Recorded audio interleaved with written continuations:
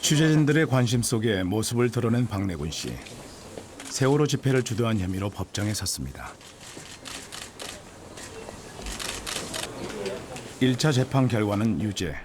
곧바로 항소를 결심하고 긴 싸움을 이어가고 있습니다. 인생의 절반을 인권활동가로 보내며 정과라는 꼬리표가 하나둘 늘었지만 유족들의 마음을 외면할 수는 없습니다. 혈육을 잃어본 사람으로서 그 고통이 어떤지를 알거든요. 그래서 그 고통을 당하는 사람들의 곁에 서주는 거, 곁에 있어주는 거, 그것이 내 일이라고 생각을 하고. 다음 순서는 대한민국 국민들의 안녕과 2년 전 그날을 기억하는 자리. 박내군 씨도 함께 위로의 마음을 모읍니다.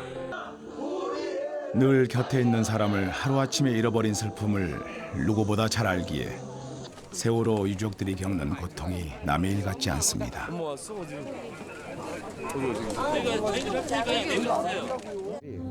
옛날의 내 모습이 생각나는 거죠. 그때 이제 내 나이 28살 때 정말 아무것도 모르던 그런 상황에서 갑자기 유가족이 됐고, 그러면서 이제 사람들한테 제 동생을 기억해 주세요 했던 그 모습, 그때 그 생각이 나요.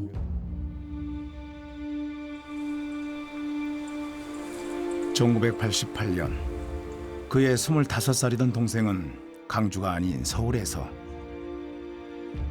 광주는 살아있다고 외치며 스스로를 내던졌습니다. 제 동생이라고 목숨이 아깝지 않았겠어요. 1980년에 돌아가신 분들만 강주 때문에 돌아가신 게 아니다.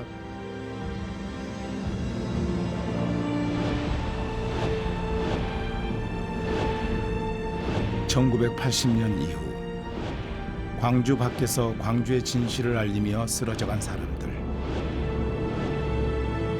우리는 그들을 기억하고 있습니까?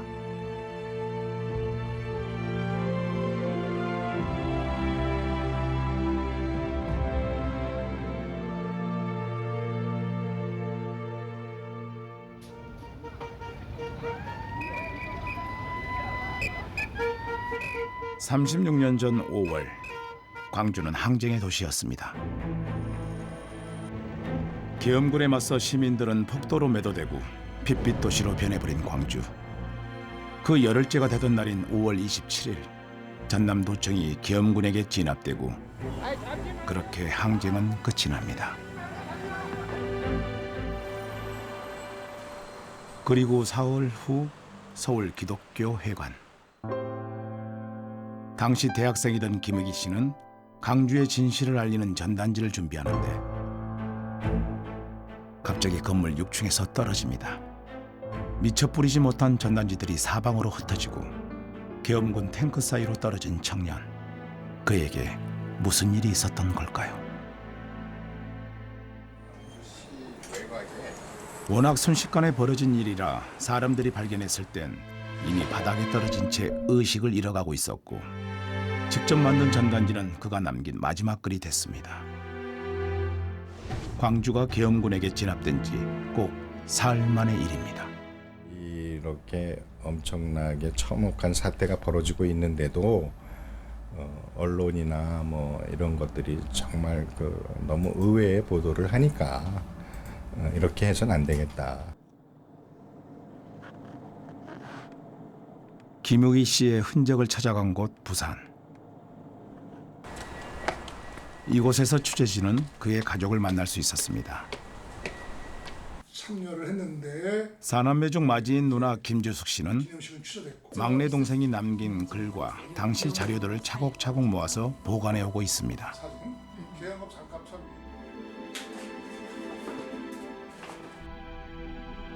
경북 영주에서 태어나 서강대에 입학한 후 농촌 활동가의 꿈을 키워가던 청년 김의기.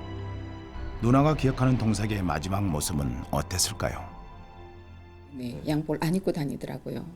그래서 왜 양복을 안 입고 다니냐니까 사람이 편하면 점점 더 편하고 싶어져서 그 도둑 같은 마음이 생긴다고, 자기는 그렇게 그걸 입고 다닐 수가 없다고 그렇게 얘기를 하더라고요. 그리고 시골의 농촌 사람들이 어떻게 사는지를 아는데 농촌 운동을 자기가 하겠다고 5월 17일 날 마지막으로 봤죠. 5월 17일 날 아침에 집에서 나갈 때 본 거죠. 그렇게 집을 나선 후 전라도 광주로 향합니다.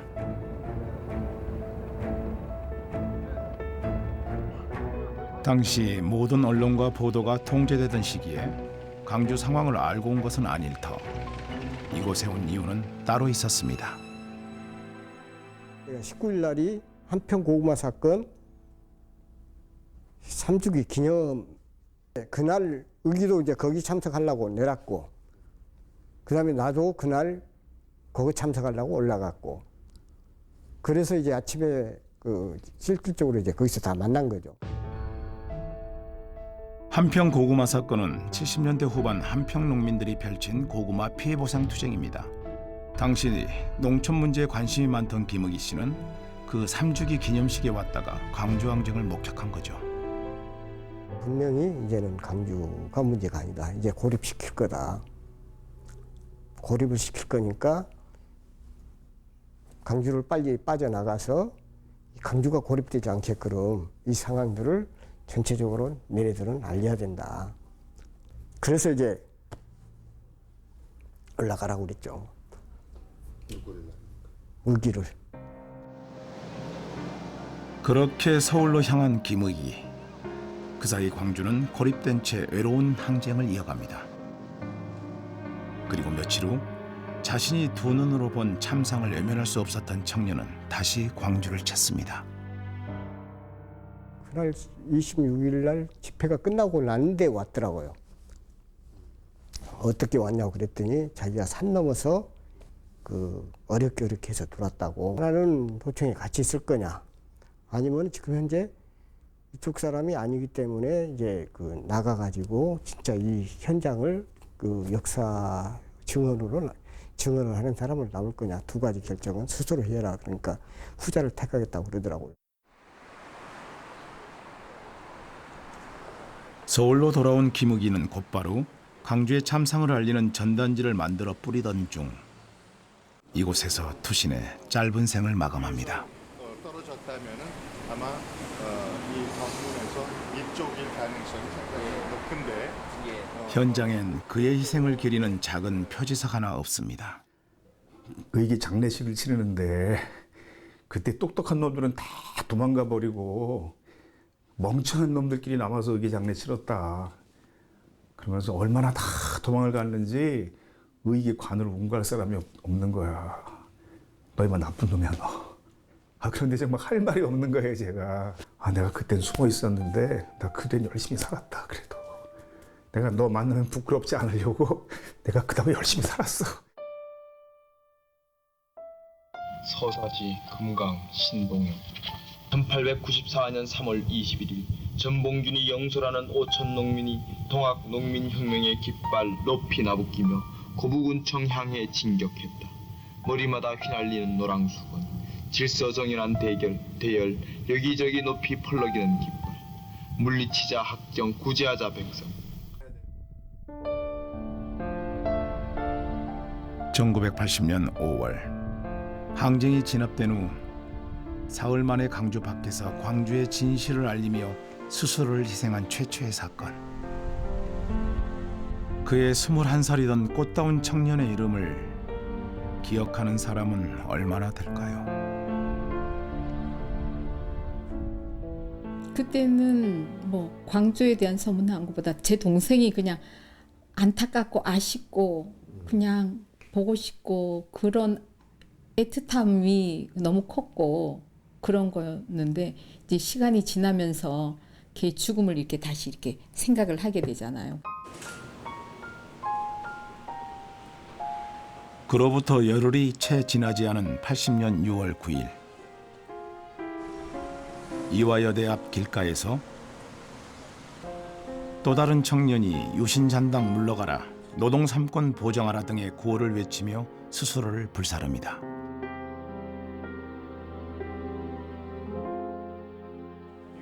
당시 현장을 목격한 약사는 청년의 모습을 생생히 기억하고 있습니다. 깜짝 놀랬지.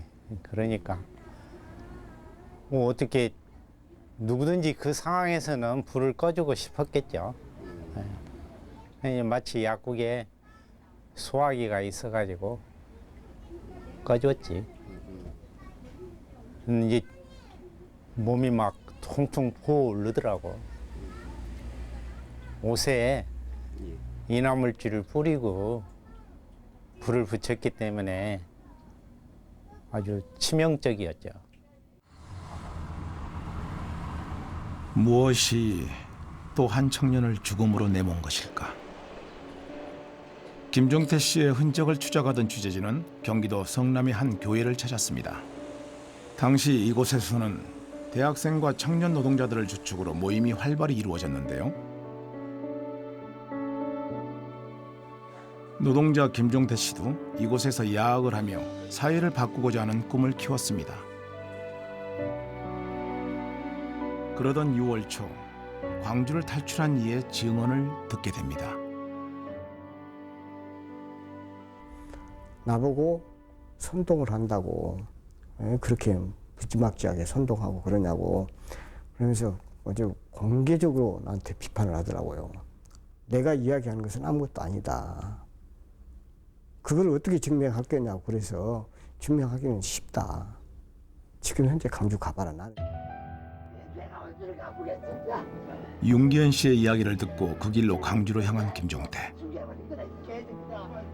항쟁 직후 광주 도심과 기독병원 등을 돌아보며 타지에서 온 청년은 큰 충격을 받습니다. 그리고 다시 서울로 올라가 광주 시민의 넋을 이루하며 라는 유서를 남긴 채 스스로를 불살합니다.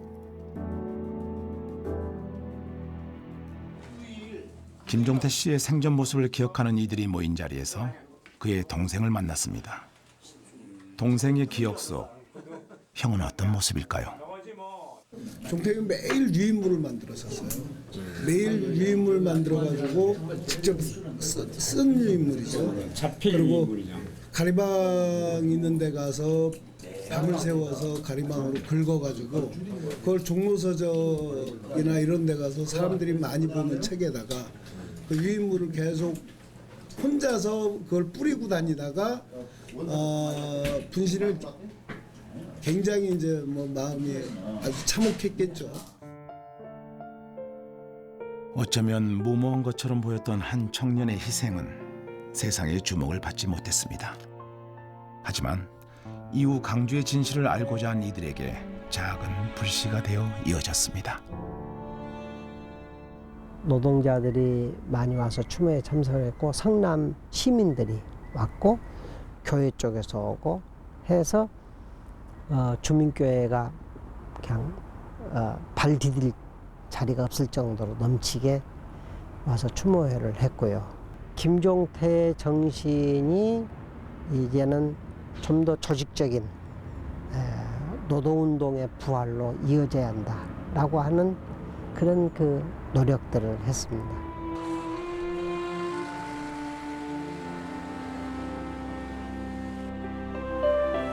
그 이듬해 5월 5.18 일주기를 맞아 학생 수백 명이 서울대 도서관 앞 광장에 모였습니다. 1년 전 광주의 진상규명을 요구하며 침묵 시위가 한창이던 그때 도서관 4층에서 무언가를 외치며 스스로 몸을 던진 김태훈 씨. 시위에 참여한 것도 아닌 평범한 학생의 갑작스런 투신에 현장은 아수라장이 됐습니다.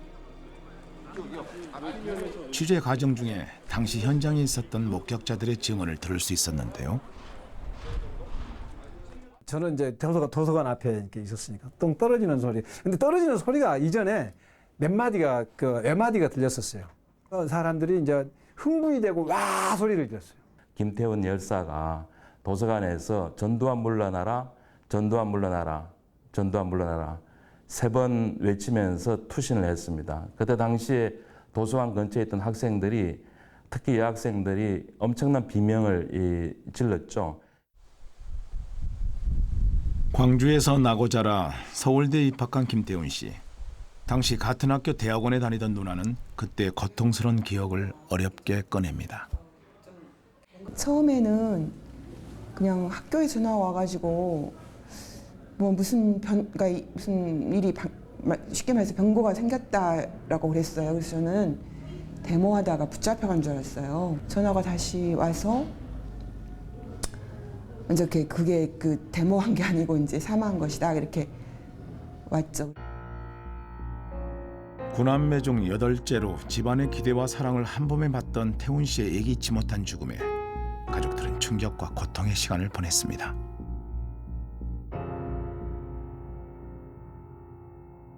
손인 누나인 김선혜 서울지법 전 부장판사는 현재 세월호 특별조사위원회 상임위원을 맡고 있습니다.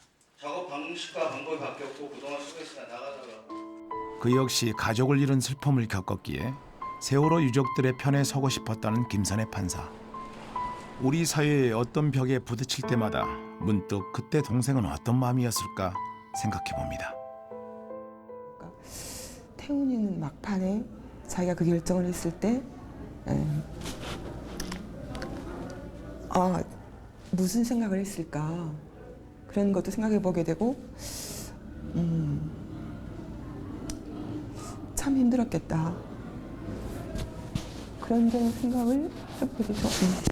뭐 있겠다고 해서 잊어지는 건 아닌 것 같고 그냥 잊을 수가 없는 거죠. 사람 그 마음속에. 근데 이제 가족들한테는 그렇지만 이제 세상에서는 사실 잊혀졌잖아요. 근데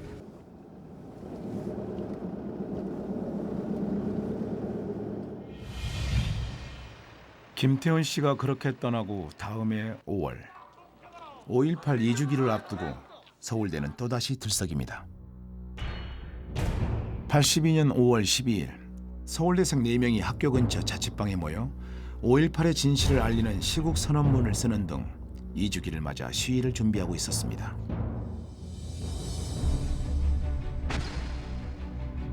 이틀 뒤 학교에서 기습 시위를 계획하고 헤어졌지만 각자의 집으로 흩어진 지 얼마 되지 않아 4명 모두 경찰에 붙잡히고 맙니다. 이 사건은 당시 신문에 단 2줄 실렸을 뿐 금세 잊혀졌습니다.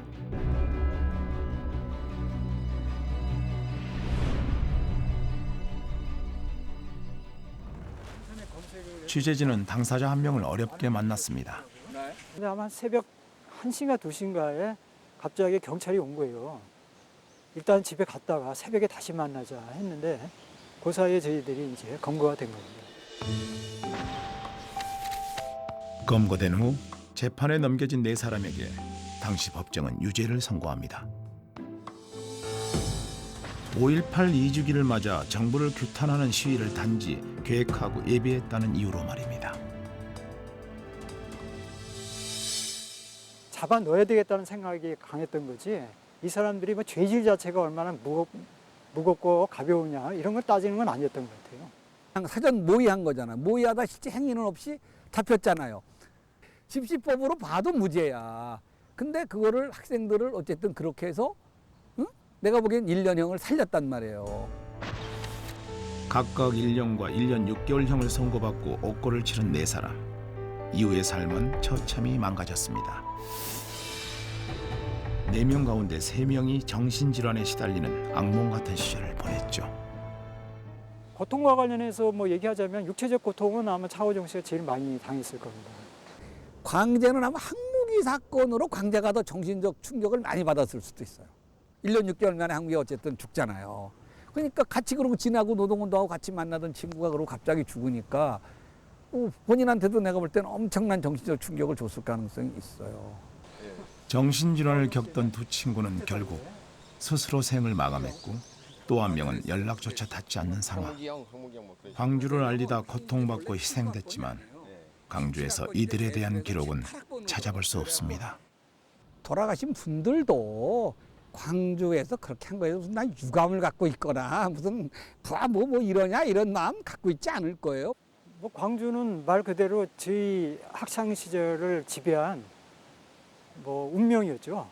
그러니까 저 같은 경우도 2학년 때 이제 광주를 이렇게 겪고 얘기를 들으면서 앞으로 내가 어떻게 살아가야 될 것인가에 대한 일종의 뭐 좌표랄까 그런 것들이 이미 잡혀져 있다는 생각이 들고요.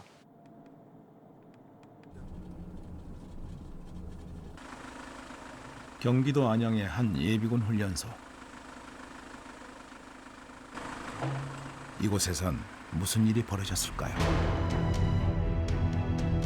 86년 3월 5일 예비군 훈련소에서 큰 소동이 일었습니다. 당시 대통령을 찬양하던 시국 훈화를 듣던 33살 장희기 씨가 갑자기 일어나 대통령의 액자를 바닥에 내동댕이 친 겁니다. 다른 예비군들도 환호했지만 거기까지였습니다.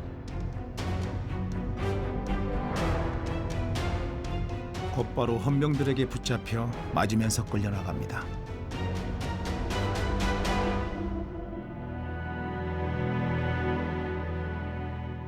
너무 맞아가지고 장기가 다 망가진 거야. 어? 그래가지고 머리는 완전히 피투성이가 돼가지고 머리가 딱딱 들어붙었어. 응?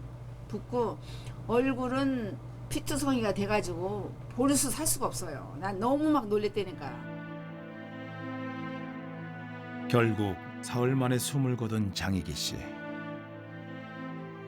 씨는 강제로 화장을 당했고 가족들에겐 떠올리기조차 끔찍한 아픈 상처로 남았습니다.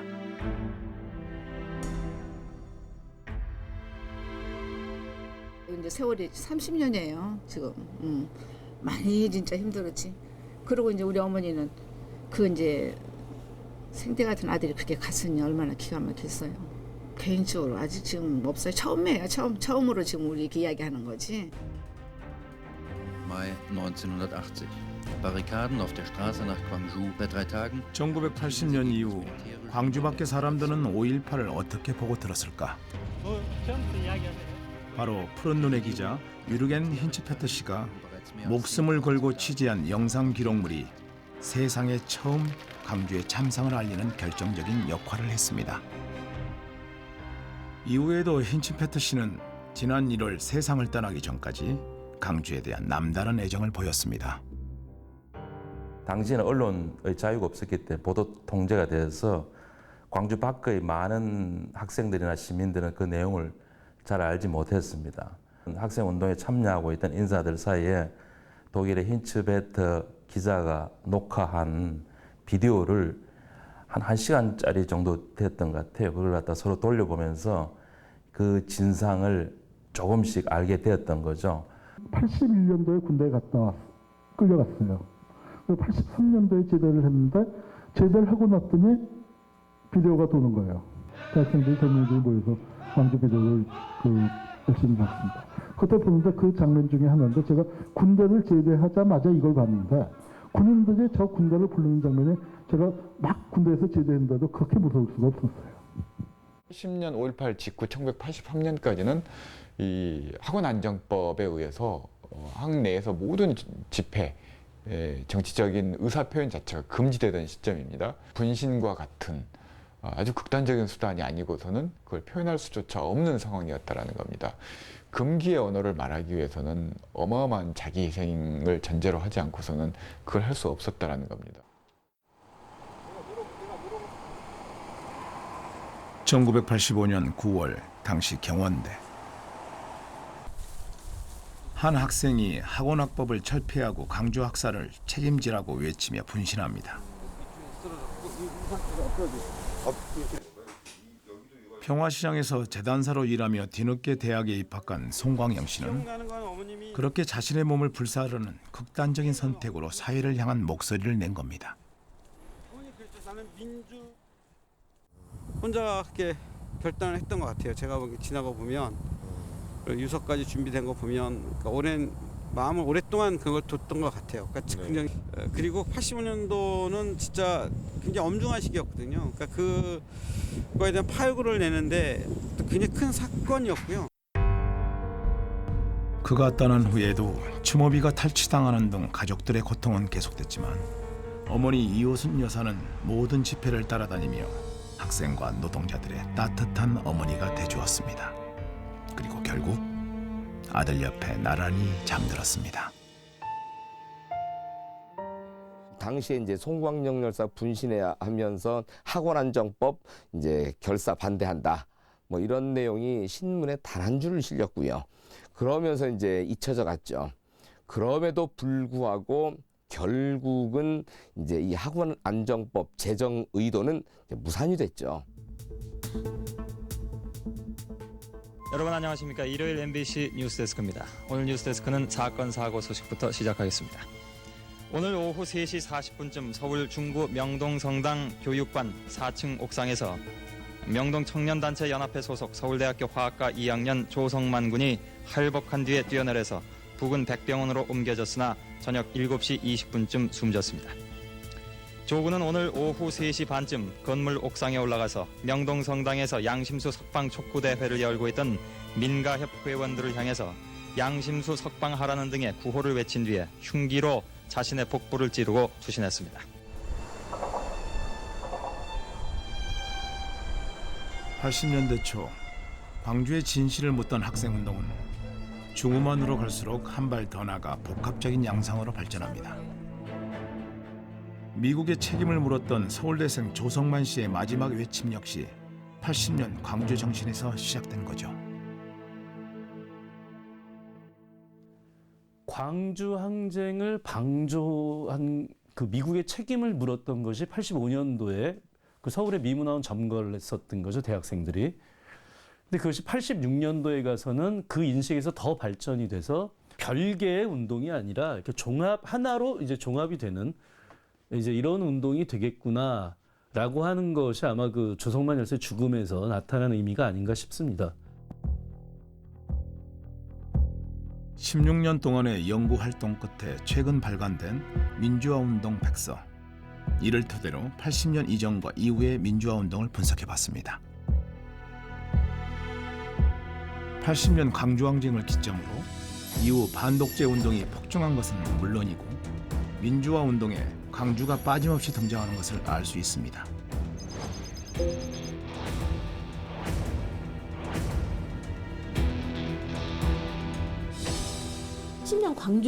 광주에서 우리가 싸움을 했던 대상과 80년 이후 90년대까지 이어진 싸움의 대상이 달랐나요? 달라진 적이 한 번도 없습니다. 광주 항쟁 이후에는 이 학생운동뿐만 아니고 노동운동, 농민운동이 폭발적으로 성장하게 됩니다. 87년 6월의 전국적인 이 대중 100만 명 이상이 참여하는 운동의 씨앗을 광주 항쟁이 제공했다라고 생각을 합니다.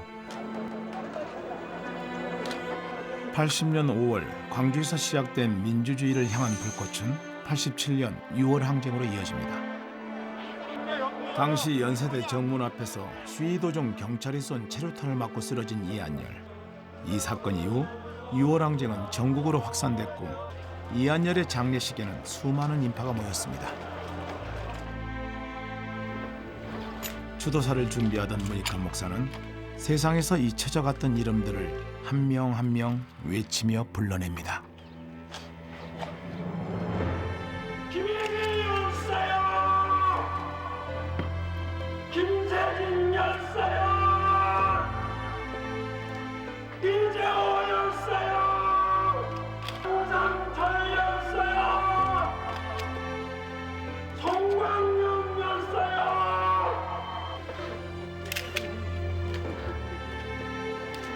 이한열의 어머니 배은심 씨는 아들의 장례식에서 또 다른 아들들의 이름이 불려지던 순간을 기억하고 있습니다. 나만 이렇게 막 억울하게 이렇게 막 당한 걸로 알고 이제 세상에 발을 디뎠잖아요. 이 사람들을 보면서 나만이 그런 것이 아니고 이 많은 사람들이 솔직히 말해서 5.18 진상 밝혀라고 외치다 죽은 사람들이에요. 광주 5월 항쟁이 현재의 위상까지 오는 데 있어서는 이분들의 어떤 절대적인 그 헌신이 없거나 희생이 없었다면 존재할 수가 없죠. 이게 죽어가는 광주의 그 저항 정신을 살리는 사람이에요. 계속 불꽃을 죽으려고 그러니까 불꽃을 계속 살리는 사람들. 그래서 그런 사람들에 의해서 오늘의 광주 정신이 지금까지 광주 항쟁 정신이 지금까지 살아남아 있는 것이지 그 사람들 아니었으면은 죽죠.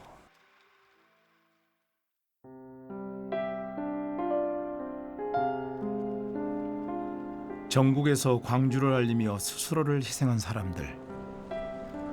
하지만 취재진은 그들의 흔적을 찾는 것조차 쉽지 않았습니다. 87년 3월 서울 미 대사관 앞에서 자신의 몸을 불사르며 쓰러진 표정두 씨. 현장엔 그의 희생을 기리는 어떠한 흔적도 남아있지 않았습니다. 당시 허남대를 자퇴하고 야학을 하며 공단에서 노동자 생활을 하던 25살의 청년은 그렇게 기억에서 잊혀졌습니다. 우리가 5.18이 없었으면 왜 우리 자식들이 이렇게 생겼냐 그런 생각이 들어요 지금. 5.18이 있었기 때문에 수많은 아기들이 계속해서 분신하고 수리탄 맞고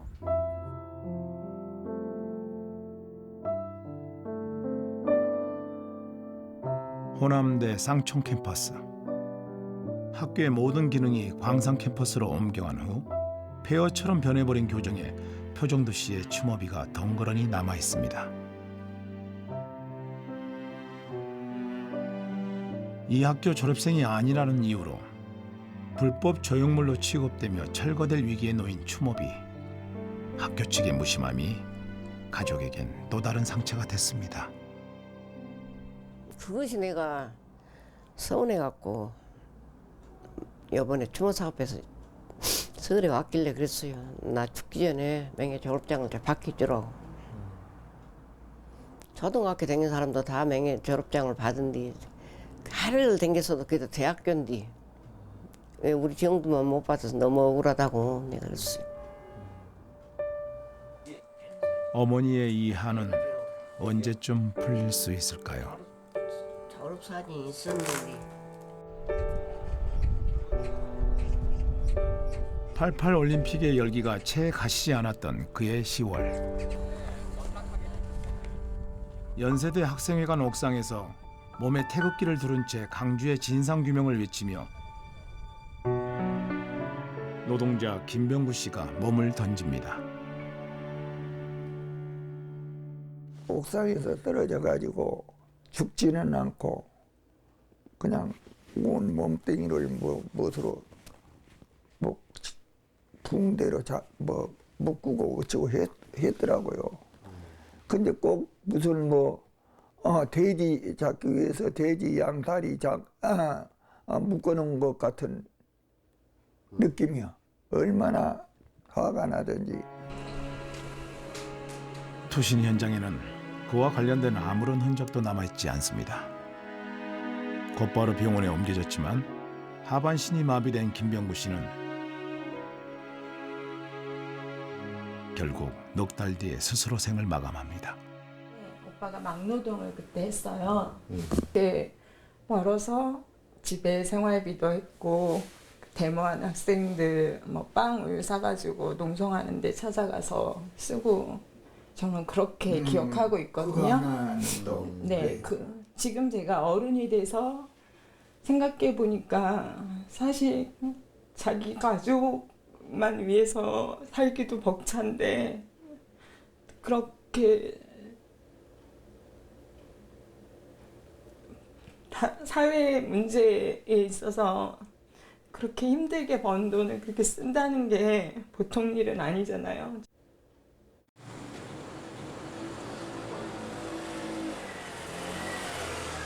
옛 부상상고가 있던 이 거리에서 87년 5월 17일 노동자 황보영국 씨가 광주학살 책임지라고 외치며 몸에 불을 붙인 채 달리다 쓰러집니다.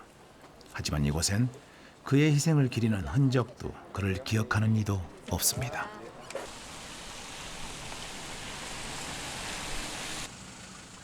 황보영국 씨의 흔적을 찾아 부산 민주공원으로 향한 취재진은 이곳에서 어렵게 그에 관한 자료를 얻을 수 있었습니다. 빛바랜 신문 한 장이 당시 한 청년 노동자의 희생을 기록한 전부.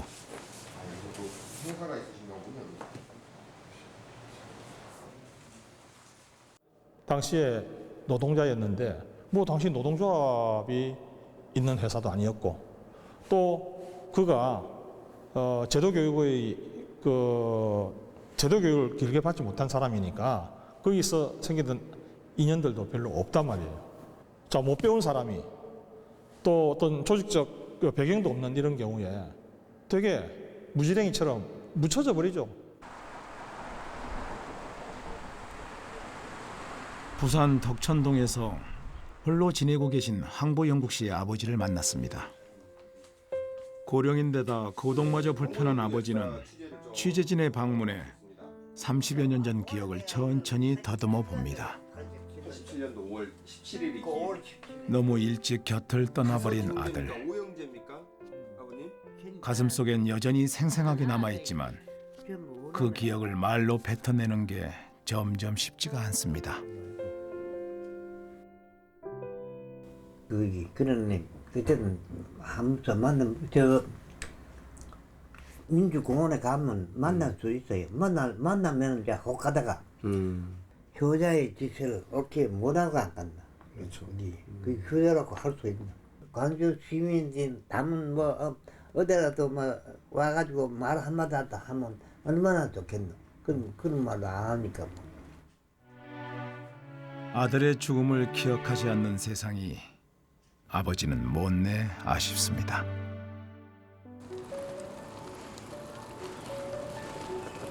(1988년 6월) 올림픽을 앞두고 열기가 한창 달아오르던 그때 숭실대 학생회관 옥상에서 광주는 살아있다를 외치며 국문과 박내전 씨가 스스로 몸을 불사른 채 뛰어내립니다. 곧바로 병원에 옮겨졌지만 이틀 만에 숨을 거둡니다.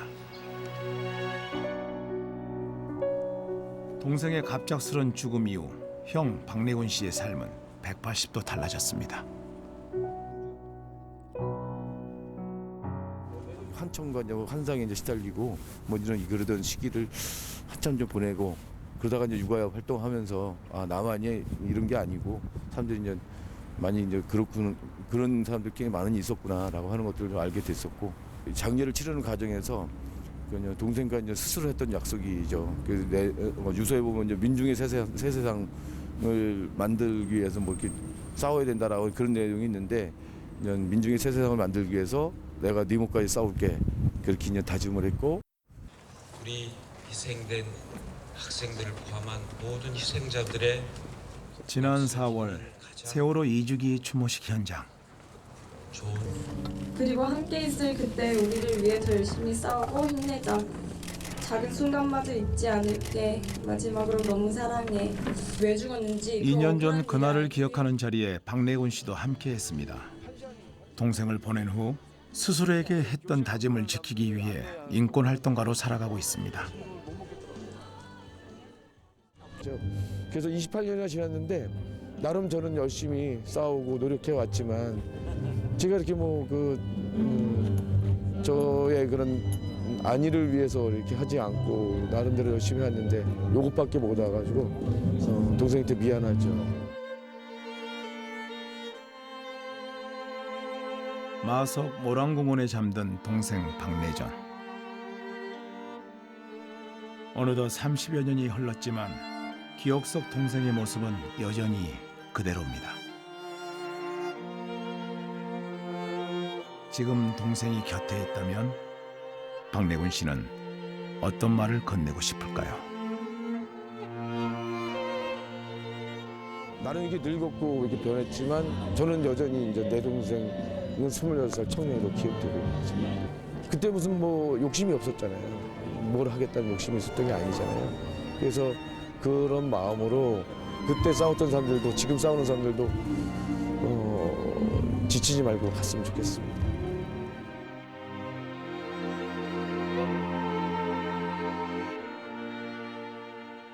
순국선열 및 호국영령과 5.18 민주화운동 희생영령이 함께하겠습니다. 다시 5월입니다. 5.18 36주년 기념식이 열렸고 몇 년째 논란이 된 님을 위한 행진곡 제창은 올해도 공식 식순에서 빠졌습니다.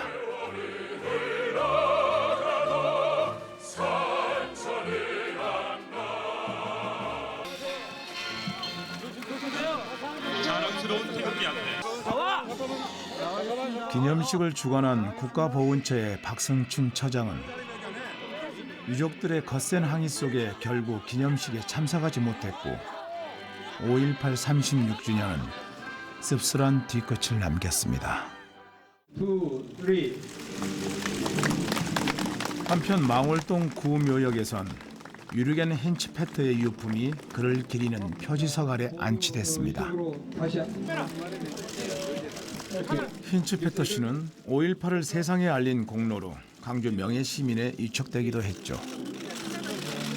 하지만 5.18 기념행사 그 어디에도 80년 이후 광주를 알리다 희생된 이들을 기억하는 자리는 없었습니다. 아직은 이제 국내에서는 5.18과 관련해서는 이제 명예 시민으로 이제 위촉이 되신 분이 아직은 안 계십니다. 사실 1991년부터 93년까지 5월 시민상, 5.18 시민상이라고 하는 상을 그 김의기 열사라든가 김용태 열사라든가 김태훈 열사라든가 그런 여러분들에게 이제 찾아서 수여를 했던 것이 사실인데요. 그 이후에는 이제 5.18 기념재단이 94년에 생겼는데 그 연결되지 못하고 잊혀졌어요. 그리고 이런 지적을 받고 보니까 5.18 재단이 해야 될 일이 무엇인가에 대해서 다시 한번 마음에 새기게 하는 지적이라고 생각을 하고요.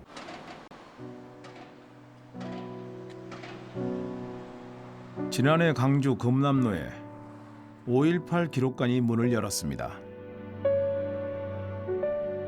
1980년 5월 18일에서 27일까지 열흘 동안의 광주 항쟁의 기록을 일자별로 상세히 전시하고 있습니다.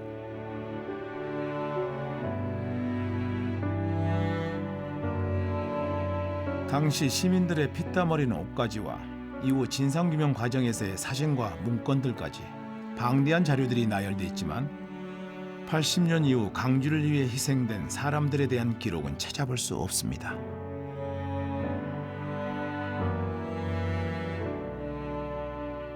광주는 애초부터 광주적이지 않았고 훨씬 더 세계적인 것이었습니다.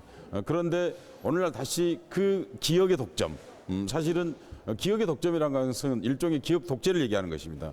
그 기억의 독점으로 인하여서 경험의 독점 이런 것들로 인하여서 광주는 점점 더 지역으로 줄어들었습니다. 사실은요. 이제 세계적이었다가 아시아적이었다가 그리고 한국적이었다가 남한적이었다가 그리고 나중에 광주로 줄어들었다 이렇게 말씀드릴 수 있습니다. 지금 광주에서 그런 일을 책임 맡고 계신 분들은 사실 깊은 성찰이 필요하다고 생각합니다. 광주 시민들만 분노하는 것이 아니고 서울의 시민 또는 뭐 부산의 시민 이런 사람들이 다 같이 분노하고 있다고 하는 것을 그런 면에서 볼 때 5.18 광주는 결코 광주분들 또는 전라도 분들만의 문제가 아니다. 이것은 그냥 우리 대한민국이라고 하는 나라 전체의 문제이고 이제는 반대일 것 같습니다.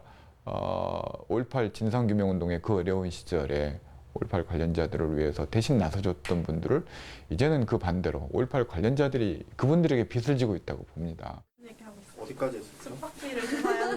서강대에선 해마다 후배들이 자발적으로 참여해 선배 김의기를 기리는 추모제를 열고 있습니다. 그 다음 주에 당연히 MT 가지 않을까요? 이 어린 학생들에게 김의기는 어떤 사람으로 기억되고 있을까요? 우리 학교에 이런 활동이 아니죠. 이런 행동을 하신 분이 계시구나 이랬을 때 딱 다가오더라고요. 우리 학교? 학생이었겠네? 그럼 나도 나랑 비슷한 나이였겠네? 이런 생각이 들면서 제 일로 좀 다가왔어요. 부산에서 나고 자란 김의기 씨의 외조카는 외삼촌 덕분에 광주에 대한 특별한 마음을 갖게 됐습니다. 광주를 한 몇 번 정도 그 외삼촌 묘지가 있으니까 몇 번 정도 방문을 해보았는데 낯설지가 않죠. 아무래도 여기가 경상도다 보니까 광주가 많이 좀 사상적으로 대립이 많이 있잖아요. 근데 저희가 항상 자랑스러운 곳이고 광주는 정말 어린 나이에 어떻게 그런 막대한 신념을 가지고 자기가 옳은 길이라고 생각하는 부분을 대해서 노력을 할 수가 있었는지 정말 저는 자랑스럽고 제가 앞으로 생활에 나가면서 많이 좀 버팀목이 되죠. 예. 오셨구나. 네, 오랜만입니다. 5.18 36주기를 사흘 앞두고 김주숙 씨와 가족들이 5.18 국립묘지를 찾았습니다.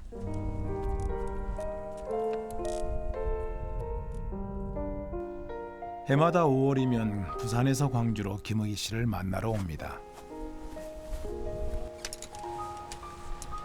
늘 맞이하는 5월이지만 이맘때만 되면 마음이 참 아픕니다.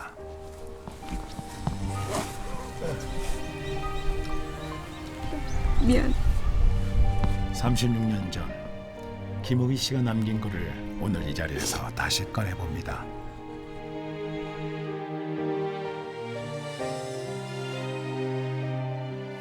동포에게 드리는 글. 비를 부르는 미친 군합발 소리가 고요히 잠들려는 우리의 안방에까지 스며들어 우리의 가슴팍과 머리를 지지겨 놓으려고 하는 지금, 동포여 무엇을 하고 있는가? 동포여 우리는 지금 무엇을 하고 있는가? 1980년 이후 광주 밖에서 광주를 외친 사람들이 잊혀져가는 지금, 우리는 무엇을 하고 있습니까? 내가 너 만나면 부끄럽지 않으려고 내가 그동안 열심히 살았어. 자기 가족만 위해서 살기도 벅찬데 참 옆에 있었으면 참 많은 도움 받았겠다. 수많은 아기들이 계속해서 분신하고 수류탄 맞고. 그 사람들 아니었으면은 죽죠. 광주는 말 그대로 저희 학창 시절을 지배한 운명이었죠.